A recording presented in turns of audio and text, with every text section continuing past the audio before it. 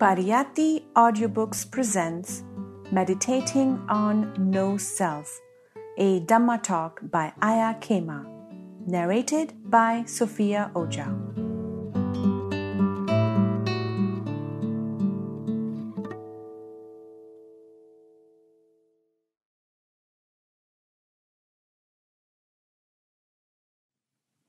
Meditating on No Self.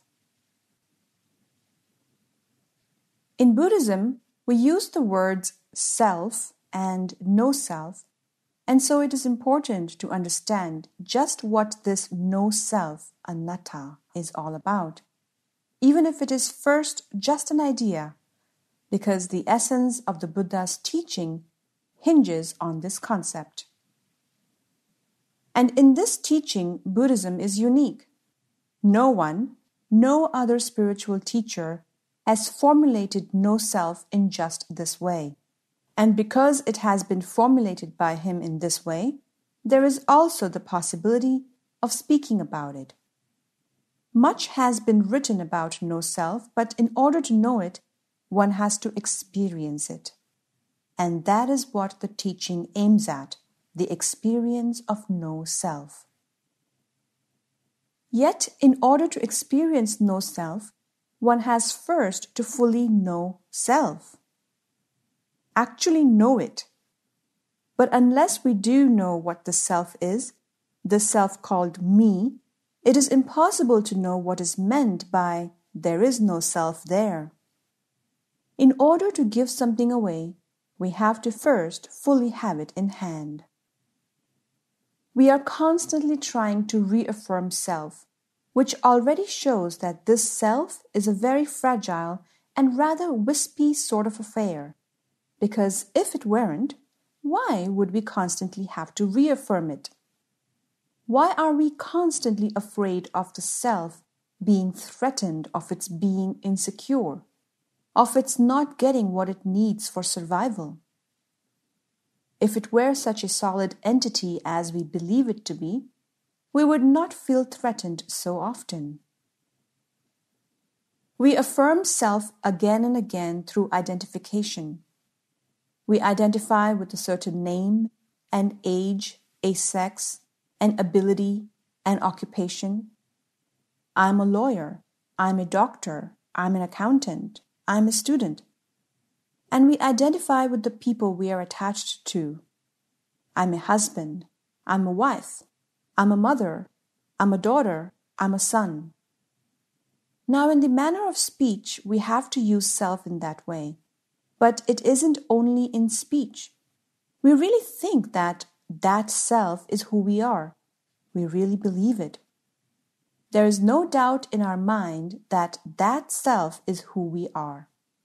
When any of these factors is threatened, if being a wife is threatened, if being a mother is threatened, if being a lawyer is threatened, if being a teacher is threatened, or if we lose the people who enable us to retain that self, what a tragedy. The self-identification becomes insecure, and me finds it hard to say, look at me, this is me. Praise and blame are included. Praise reaffirms me. Blame threatens me. So we like the praise and we dislike the blame. The ego is threatened. Fame and infamy, same thing. Loss and gain. If we gain, the ego gets bigger. If we lose, it gets a bit smaller. So we are constantly in a quandary and in constant fear. The ego might lose a little bit of its grandeur. It might be made a bit smaller by someone. And it happens to all of us. Somebody is undoubtedly going to blame us for something eventually. Even the Buddha was blamed. Now, the blame that is levied at us is not the problem. The problem is our reaction. The problem is that we feel smaller. The ego has a hard time reasserting itself. So what we usually do is we blame back, making the other's ego a bit smaller too. Identification with whatever it is that we do and whatever it is that we have, be it possessions or people, is, so we believe, needed for our survival. Self-survival. If we don't identify with this or that, we feel as if we are in limbo. This is the reason why it is difficult to stop thinking in meditation. Because without thinking, there would be no identification. If I don't think, what do I identify with?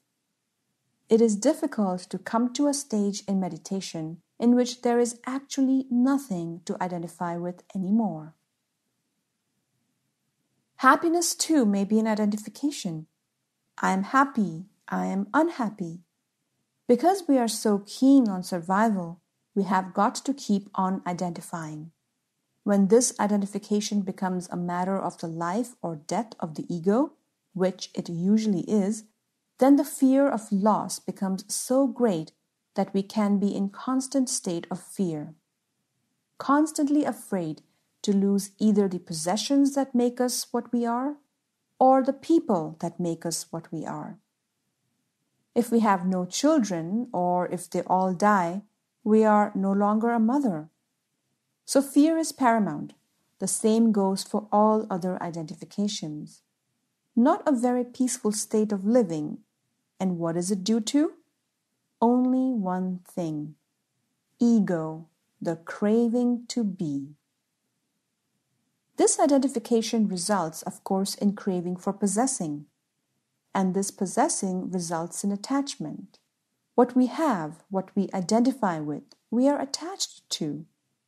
That attachment, that clinging, makes it extremely difficult to have a free and open viewpoint. This kind of clinging, whatever it may be that we cling to, it may not be clinging to motor cars and houses. It may not even be clinging to people, but we certainly cling to views and opinions. We cling to our worldview. We cling to the view of how we are going to be happy. Maybe we cling to a view of who created this universe. Whatever it is we cling to, even how the government should run the country, all of that makes it extremely difficult to see things as they really are. To be open-minded. And it is only an open mind which can take in new ideas and understanding. Lord Buddha compared listeners to 4 different kinds of clay vessels. The first clay vessel is one that has holes at the bottom. If you pour water into it, it runs right out. In other words, whatever you teach that person is useless. The second clay vessel he compared to one that had cracks in it. If you pour water into it, the water seeps out. These people cannot remember, cannot put 2 and 2 together. Cracks in the understanding. The third listener he compared to a vessel that was completely full. Water cannot be poured in, for it's full to the brim. Such a person, so full of views, he can't learn anything new. But hopefully, we are the 4th kind. The empty vessels without any holes or cracks, completely empty. I dare say we are not. But maybe empty enough to take in enough. To be empty like that of views and opinions means a lack of clinging. Even a lack of clinging to what we think is reality. Whatever we think reality is, it surely is not, because if it were, we would never be unhappy for a single moment. We would never feel a lack of anything. We would never feel a lack of companionship, of ownership. We would never feel frustrated, bored. If we ever do, whatever we think is real is not. What is truly reality is completely fulfilling. If we aren't completely fulfilled, we aren't seeing complete reality. So, any view that we may have is either wrong or it is partial.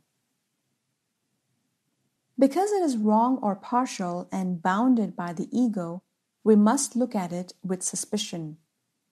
Anything we cling to keeps us bound to it. If I cling to a table leg, I can't possibly get out the door. There's no way I can move. I'm stuck. Not until I let go will I have the opportunity to get out. Any identification, any possession that is clung to, is what stops us from reaching transcendental reality. Now, we can easily see this clinging when we cling to things and people, but we cannot easily see why the 5 khandhas are called the 5 clung-to aggregates. That is their name, and they are in fact what we cling to most. That is an entire clinging.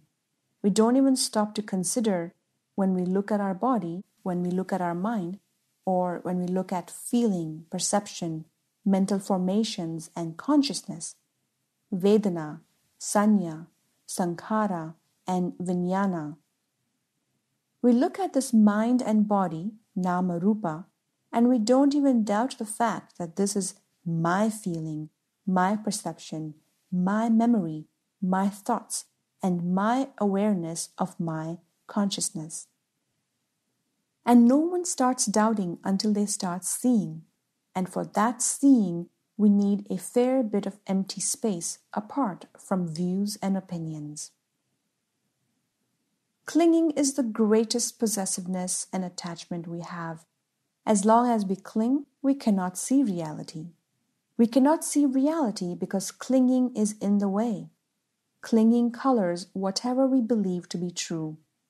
Now, it is not possible to say, "All right, I'll stop clinging." We can't do that. The process of taking the me apart, of not believing anymore that this is one whole, is a gradual one. But if meditation has any benefit and success, it must show that first of all there is mind and there is body. There isn't one single thing acting in accord all the time. There is mind which is thinking and making the body act. Now, that is the first step in knowing oneself a little clearer. And then we can note, this is a feeling and I am giving this feeling a name, which means memory and perception. This is the thought that I'm having about this feeling. The feeling has come about because the mind consciousness has connected with the feeling that has arisen. Take the 4 parts of the khandhas that belong to the mind apart.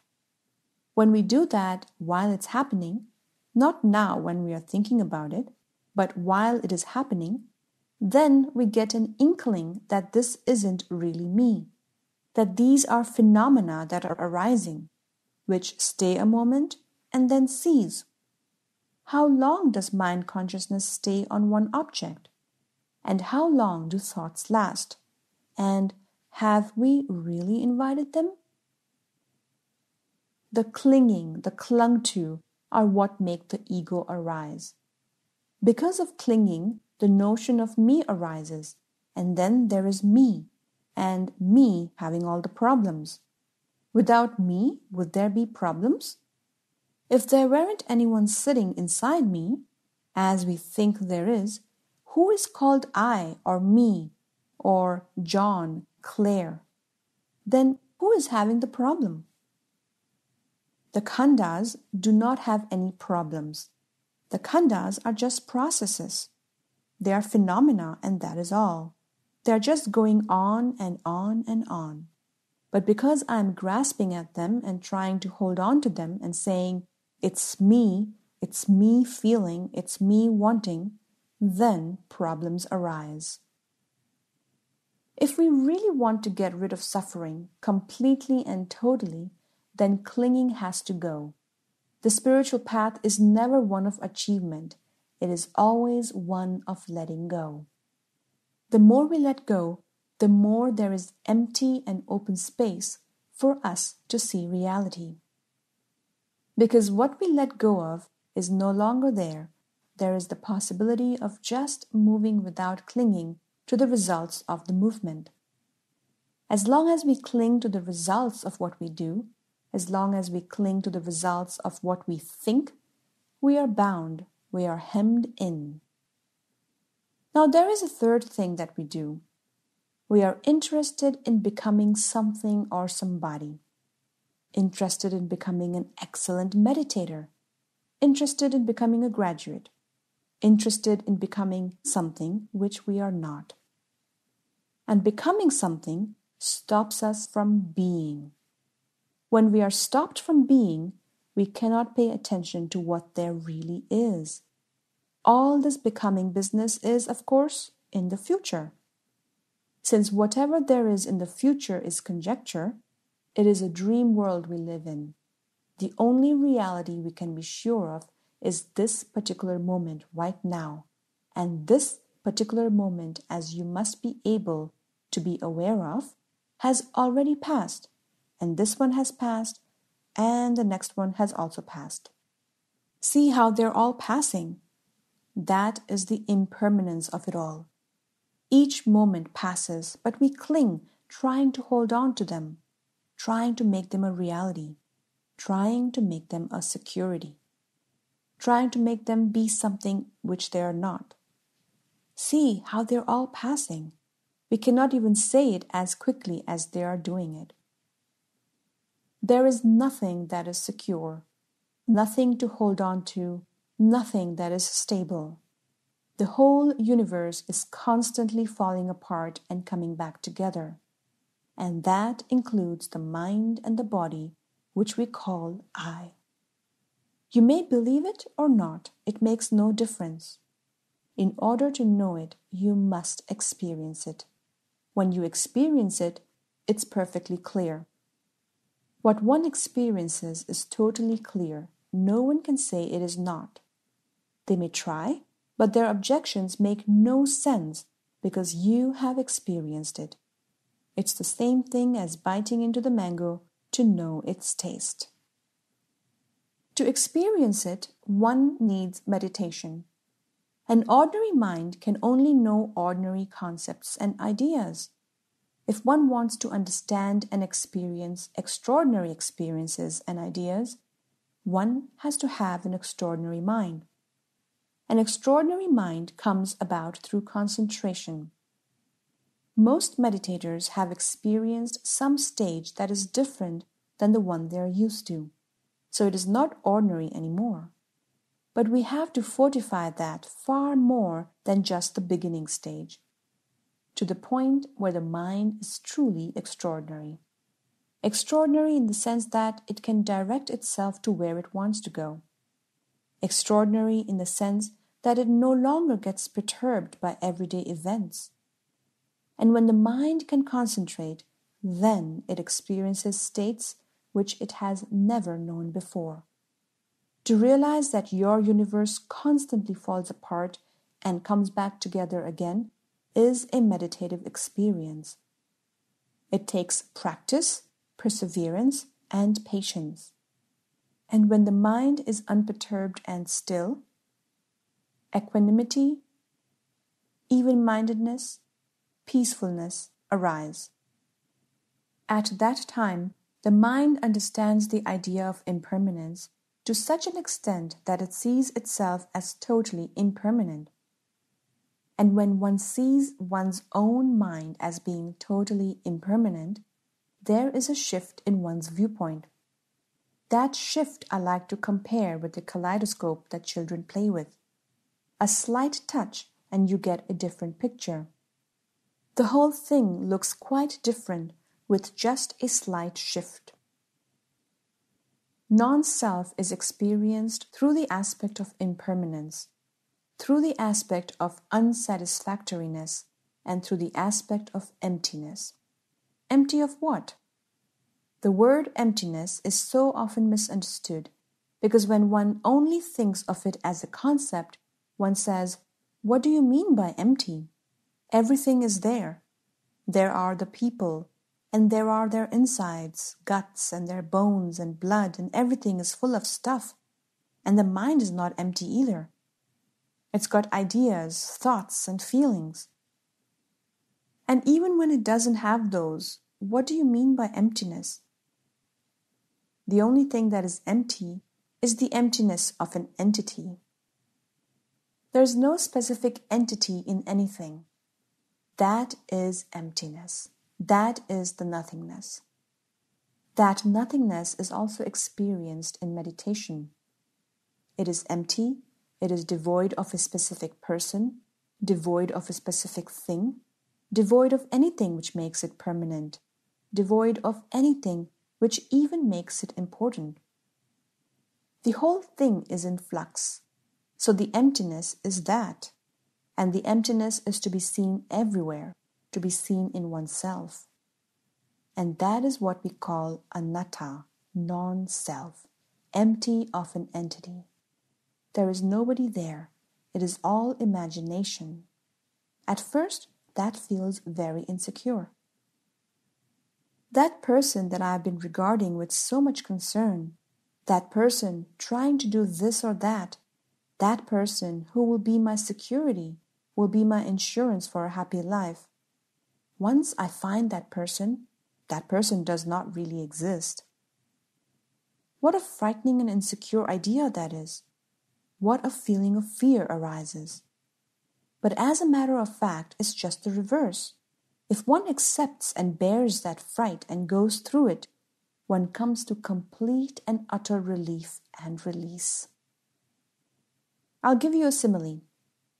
Imagine you own a very valuable jewel, which is so valuable that you place your trust in it, so that should you fall upon hard times, it will look after you. It's so valuable that you can have it as your security. You don't trust anybody. So you have a safe inside your house, and that is where you put your jewel. Now you have been working hard for a number of years, and you think you deserve a holiday. So now what to do with the jewel? Obviously, you cannot take it with you on your seaside holiday. So you buy new locks for the doors to your house, and you bar your windows, and you alert your neighbors. You tell them about the proposed holiday and ask them to look after your house and the safe in it.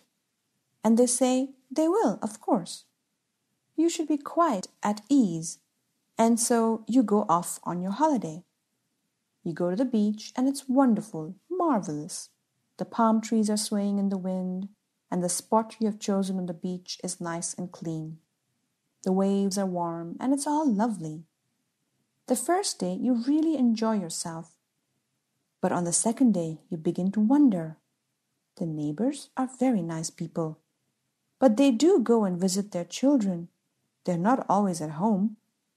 And lately, there has been a rash of burglaries in the neighborhood. And on the third day, you've convinced yourself that something dreadful is going to happen, and you go back home. You walk in and open the safe. Everything is all right. You go over to the neighbors and they ask, "Why did you come back? We were looking after your place. You didn't have to come back. Everything is fine." The next year, the same thing. Again, you tell the neighbors, "Now, this time I'm really going to stay away for a month. I need this holiday as I've been working hard." So they say, "Absolutely no need to worry. Just take off. Go to the beach." So once more, you bar the windows, lock the doors, get everything shipshape, and take off for the beach. Again, it's wonderful, beautiful. This time you last for 5 days. On the 5th day, you are convinced that something dreadful must have happened, and you go home. You go home, and by golly, it has. The jewel is gone. You are in a state of complete collapse, total desperation, depressed. So you go to the neighbors, but they have no idea what has happened. They've been around all the time. Then you sit and consider the matter, and you realize that since the jewel is gone, you might as well go back to the beach and enjoy yourself. That jewel is self. Once it is gone, all the burden of looking after it, all the fears about it, all the barring of doors and windows and heart and mind is no longer necessary. You can just go and enjoy yourself while you're still in this body. After proper investigation, the frightening aspect of losing this thing that seemed so precious turns out to be the only relief and release from worry that there is. There are 3 doors to liberation: the signless, the desireless, and emptiness. If we understand impermanence, anicca, fully, it is called the signless liberation. If we understand suffering, dukkha, fully, it is the desireless liberation. If we understand no self, anatta, fully, then it is the emptiness liberation. Which means we can go through any of these 3 doors, and to be liberated means never to have to experience an unhappy moment again. It also means something else. It means we are no longer creating karma. A person who has been completely liberated still acts, still thinks, still speaks, and still looks to all intents and purposes like anybody else. But that person has lost the idea that I am thinking, I am speaking, I am acting.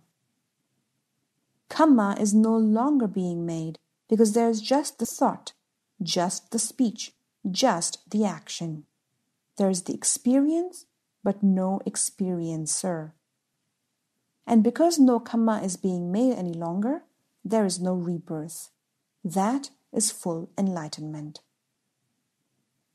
In this tradition, 3 stages of enlightenment have been classified before one comes to the 4th stage, full enlightenment. The first stage, the one we can concern ourselves with, at least theoretically, is called Sotapanna, stream enterer. It means a person who has seen Nibbana once and has thereby entered the stream. That person cannot be deterred from the path anymore. If the insight is strong, there may be only 1 more lifetime. If the insight is weak, it can be 7 more lifetimes. Having seen Nibbana for oneself once, one loses some of the difficulties one had before. The most drastic hindrance that one loses is the idea that this person we call I is a separate entity. The wrong view of self is lost. But that doesn't mean that a Sotapanna is constantly aware of no self. The wrong view is lost, but the right view has to be reinforced again and again, and experienced again and again through that reinforcement. Such a person no longer has any great interest and certainly no belief in rites and rituals. They may still be performed because they are traditional or that are customary, but such a person no longer believes they can bring about any kind of liberation, if they ever believed that before. And then a very interesting thing is lost: skeptical doubt. Skeptical doubt is lost because one has seen for oneself that what the Buddha taught was actually so. Until that time, skeptical doubt will have to arise again and again because one can easily think, well, maybe it's so, but how can I be sure? One can only be sure through one's own experience. Then, of course, there is no skeptical doubt left because one has seen exactly that which has been described, and having seen it, one's own heart and mind gives an understanding which makes it possible to see everything else. Dhamma must have as its base the understanding that there is no special entity. There is continuity, but there is no special entity. And that continuity is what makes it so difficult for us to see that there really isn't anybody inside the body making things happen. Things are happening anyway. So the first instance of having seen a glimpse of freedom, called stream entry, makes changes within us. It certainly does not uproot greed and hate. In fact, they are not even mentioned. But through the greater understanding such a person has, the greed and the hate lessen. They are not as strong anymore, and they do not manifest in gross ways, but do remain in subtle ways. The next stages are the once returner, then the non-returner, then the Arahat. Once returner, one more life in the five-sense world. Non-returner, no human life necessary. And Arahat, fully enlightened. Sensual desire and hate only go with non-returners, and complete conceit of self only with Arahat. So we can be quite accepting of the fact that since we are not Arahats, we still have greed and hate. It isn't a matter of blaming oneself for having them. It's a matter of understanding where these come from. They come from the delusion of me. I want to protect this jewel which is me. That is how they arise. But with the continued practice of meditation, the mind can become clearer and clearer. It finally understands.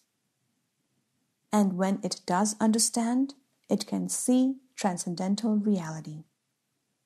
Even if seen for one thought moment, the experience is of great impact and makes a marked change in our lives. This has been Meditating on No Self, a Dhamma talk by Ayya Khema, narrated by Sophia Oja. Copyright 1983 by Buddhist Publication Society. Audio production copyright 2020 by Pariyatti.